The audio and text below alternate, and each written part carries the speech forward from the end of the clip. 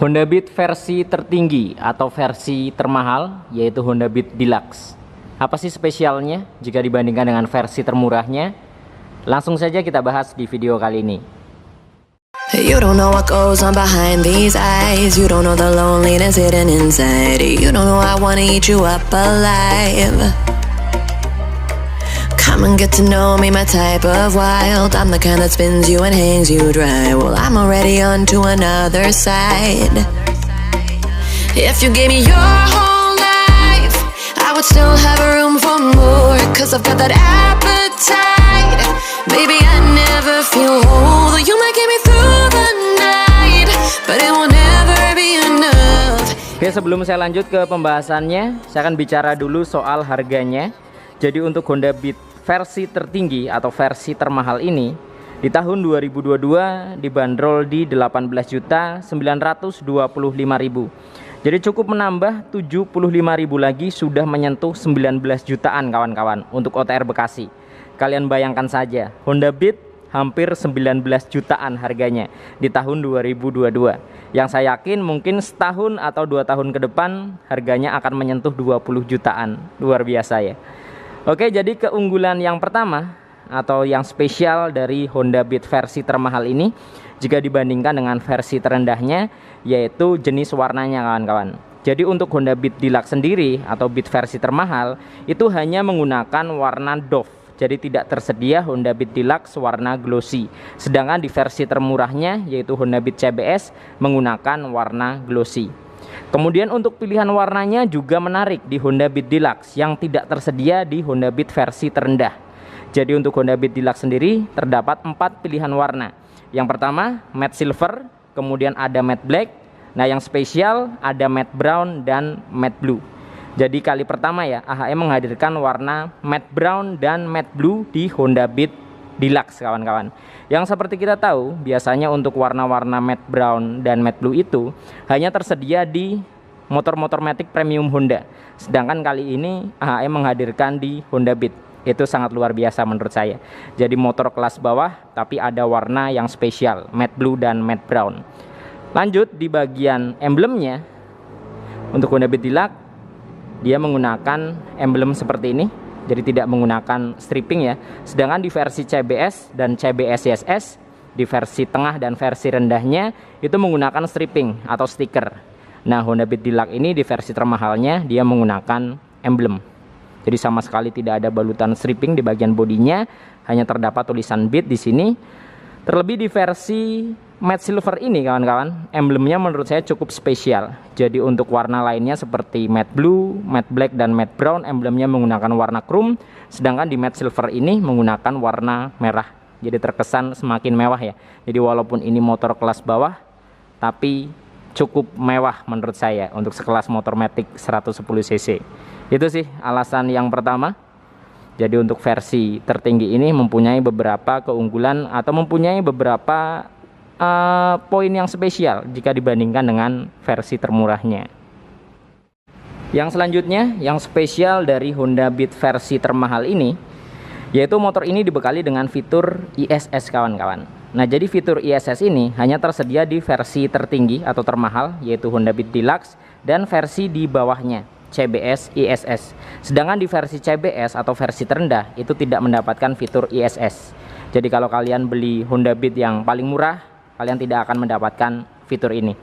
Jadi untuk fitur ISS sendiri fungsinya untuk menghemat bahan bakar.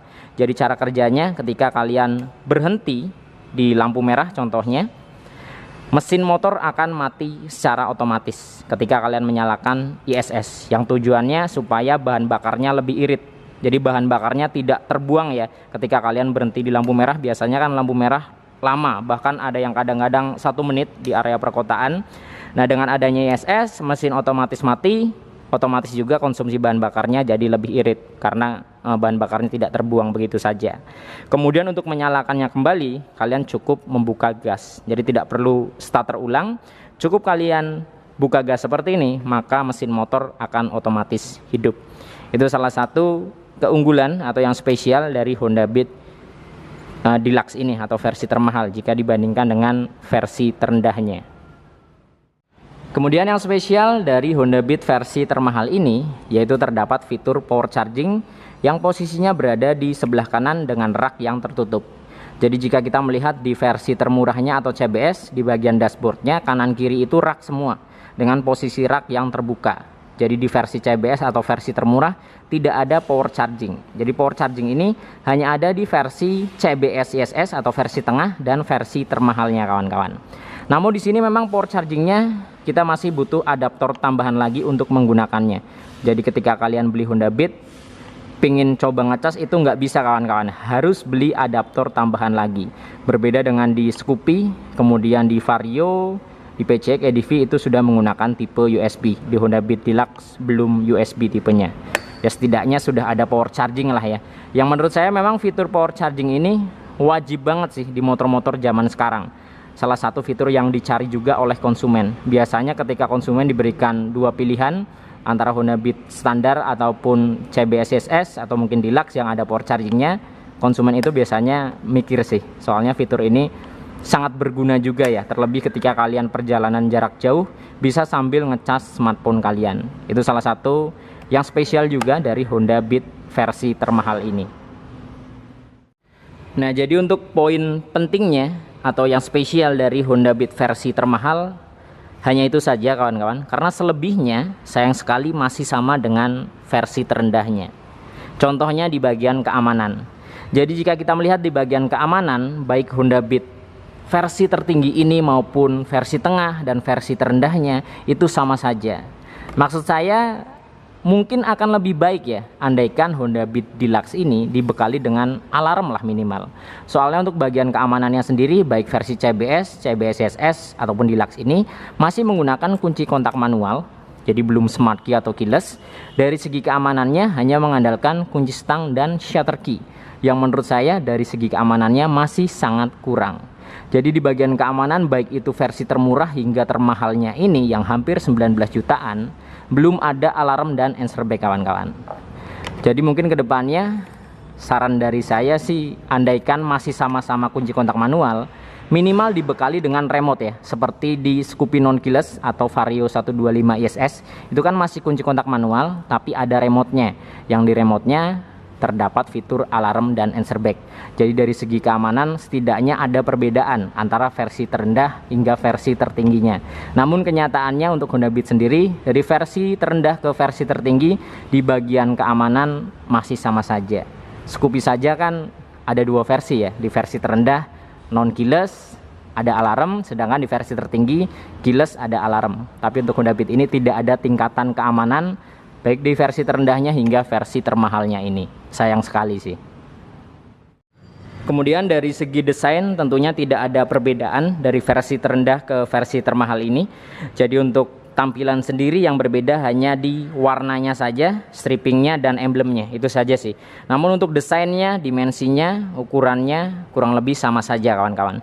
Di bagian pencahayaan juga sama, jadi baik versi terendah maupun versi tertinggi kalian akan mendapatkan headlamp LED, walaupun di bagian sennya masih bohlam biasa, begitu juga dengan bagian stop lampnya.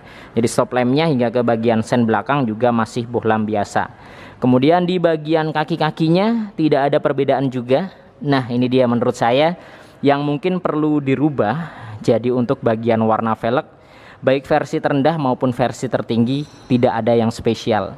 Jika kita melihat untuk Vario, kemudian EDV, Scoopy itu ada perbedaan warna velg kawan-kawan antara versi terendah dengan versi tertinggi.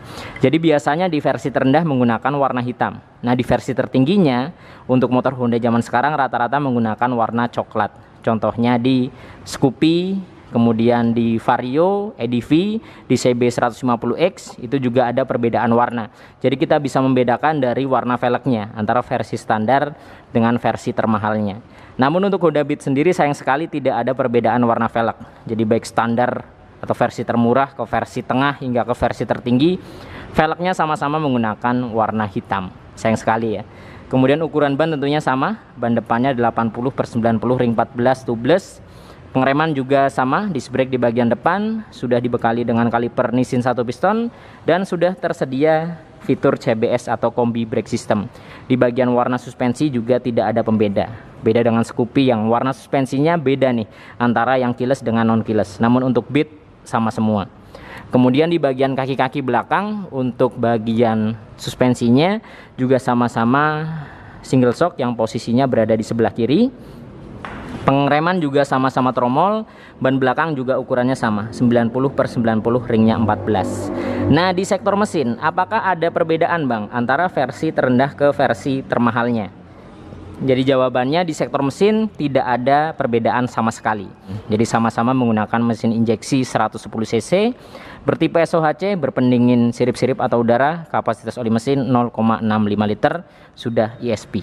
Jadi di sektor mesin dengan harga yang selisih beberapa ratus ribu atau mungkin juta ya, tidak ada perbedaan sama sekali kawan-kawan. Kemudian untuk tampilan daripada speedometernya juga tidak ada perbedaan, baik versi terendah hingga versi termahalnya ini. Jadi menggunakan paduan antara analog dengan digital. Nah, untuk Scoopy sendiri kawan-kawan, jika kita melihat di Scoopy itu versi keyless dan non keylessnya itu ada perbedaan tampilan di bagian speedometer, terlebih di bagian warnanya ya. Warnanya itu ada perbedaan antara keyless dan non keyless. Tapi untuk Honda Beat sendiri sama saja, baik versi terendah, versi tengah ataupun versi termahal tidak ada bedanya. Kemudian di bagian joknya, nah warna joknya juga tidak ada bedanya. Jadi tidak ada pembeda di warna jok, berbeda dengan Scoopy, kemudian EDV, PCX, itu antara versi terendah dengan versi tertinggi ada pembeda. Untuk Honda Beat tidak ada pembeda. Kapasitas daripada bagasinya juga sama 12 liter, tangkinya 4,2 liter kawan-kawan. Jadi untuk poin pembedanya dari Honda Beat Deluxe ini atau versi tertinggi itu hanya ada 3 poin saja. Yang pertama warnanya hingga ke bagian emblem. Yang kedua terdapat fitur ISS dan yang ketiga power charging. Jadi dengan harga 19 jutaan hampir ya, jadi 18.925 kalian hanya mendapatkan 3 fitur tersebut atau 3 perbedaan tersebut dari Honda Beat versi termahal atau Beat Deluxe ini. Nah, jadi itu tadi kawan-kawan beberapa poin yang spesial dari Honda Beat versi tertinggi atau versi termahal ini jika dibandingkan dengan versi terendahnya yaitu versi CBS. Mudah-mudahan video ini bermanfaat dan dapat memberikan gambaran khususnya untuk kalian yang berencana melakukan pembelian Honda Beat. Setelah menonton video ini saya harap sudah makin tercerahkan dan sudah paham apa saja yang spesial dari Honda Beat versi tertinggi atau Beat Deluxe. Oke, nantikan video-video saya yang berikutnya. Saya Laksana Budi Prasetyo dan sampai jumpa.